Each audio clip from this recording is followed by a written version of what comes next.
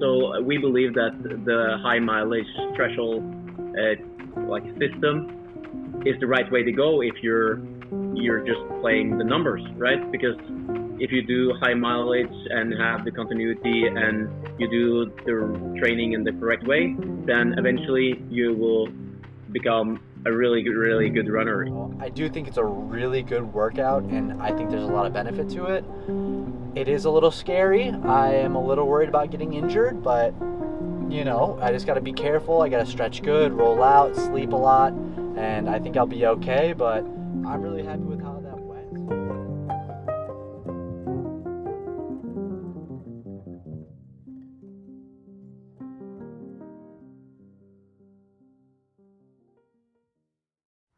For me, my week of training starts on Monday morning, and this week was a little bit different because we were headed down to Southern Illinois to celebrate my dad's birthday, which means I was in the middle of nowhere and not a lot was going on, but I had some great places to run, fortunately.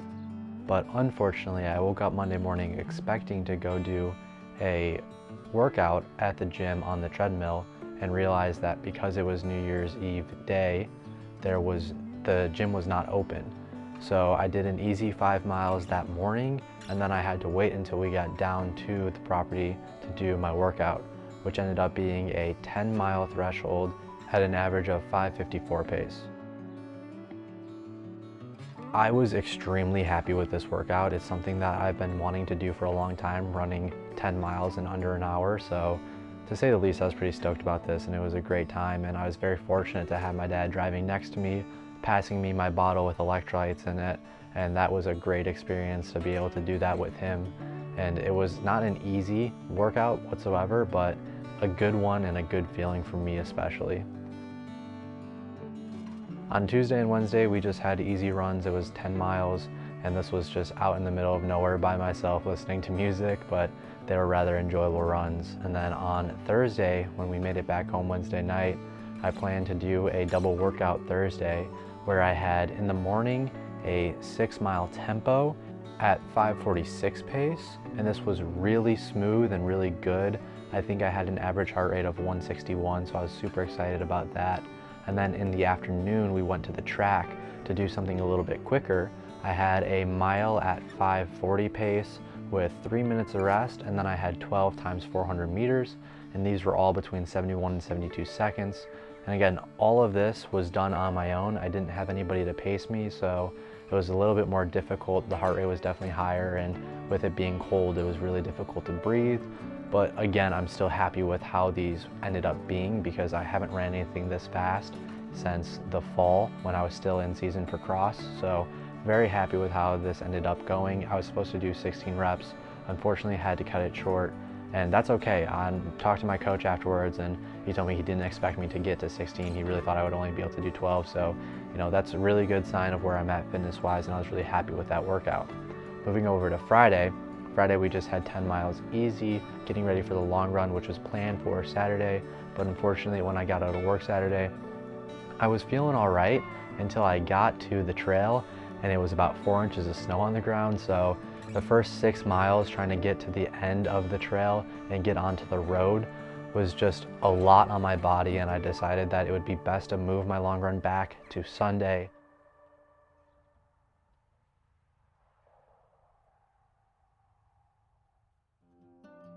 So Sunday morning we had a 16-mile long run, and this I was fortunate enough to have my dad with me, so I kind of got to use him to pace me for various parts of it, which was super fun even though I wasn't going at a very fast pace. I think I averaged 7-minute pace for this run, and it was just super fun because it was snowing and I was running in the wind. It was cold. We started in the dark. I could barely see. I ended up tossing my dad's safety glasses on just so I could see because I was getting pelted in the eyes with snow. So every couple seconds I was trying to blink, trying to get the snow out of my eyes so I could see again. So, it was just a really fun experience being able to hang out with my dad. And, when you finish a long run, it's a really good feeling because it's something that most people will never do in their lives is run, over 10 miles and nevertheless 16. And I think it's always a good feeling knowing that you can do that when you're training for something like a 5K, 10K.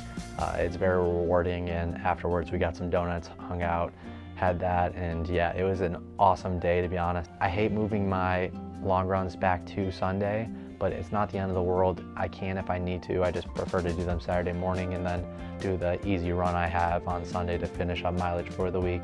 But that was a 90-mile week. I'm super proud of it. The first week of the new year, and I really couldn't be more proud of the effort I gave for that first week, and I really think that we started off on the right foot.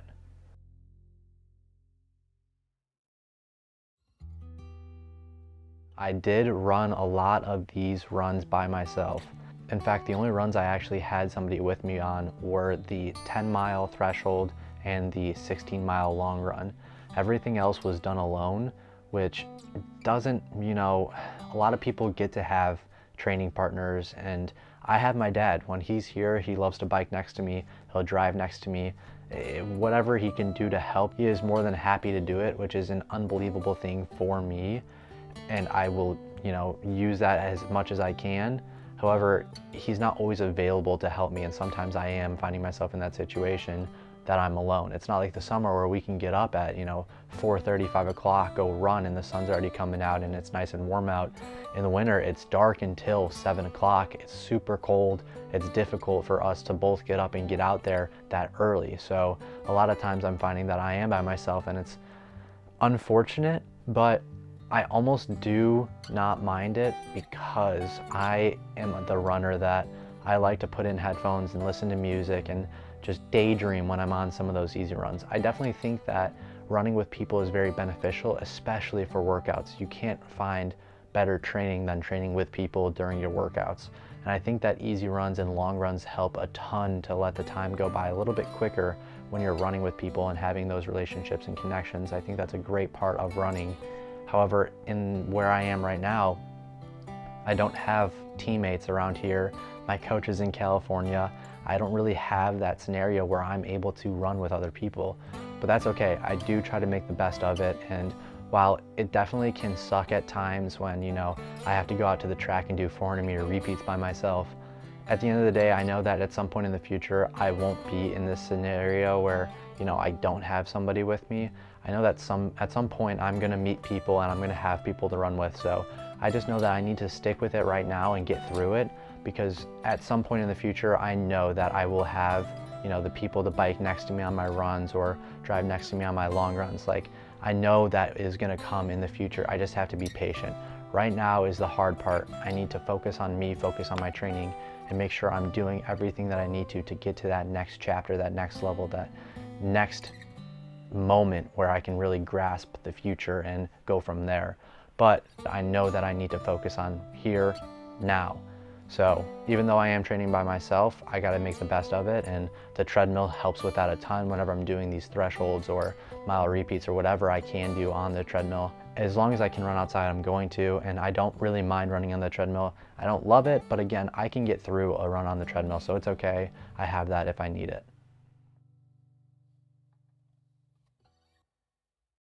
Not having my coach with me is something that I'm experiencing for the first time right now. In middle school I had a coach, high school I had a coach, college I had multiple different coaches, 3 actually at my junior college, and then 2 different ones at Lindenwood. So it's definitely a different experience, but I love Arrow, and what he's doing for me is just nothing short of extraordinary. I can text him whenever I need to say something or ask a question, and I always know that he's gonna reach out to me whenever he's got the chance and guide me through this journey, and he has been an incredible person to have, coaching me and helping me as a support, and just making sure that I'm doing the right things, and I trust him with everything that I have. So there's never a doubt in my mind that he knows what he's doing, and even if I don't understand something, I'm not afraid to ask. I'm not afraid to say, why are we doing this, or do you think doing this would be better? And he also encourages that. When he tells me that he's not here with me, he can't make those decisions like in a workout or in that moment. If I need to do something, he trusts that I will make the correct decision. And I think that bond between coach and athlete is really strong between me and him, where we do have the trust between each other, that we know that we're in it because we want to get better. And he is an extraordinary runner. He's so much better of a runner than I am, and I'm striving to become like him. And seeing where he is definitely gives me that push to know that he's doing what he needs to do with me to where I can maybe, one day get to that point.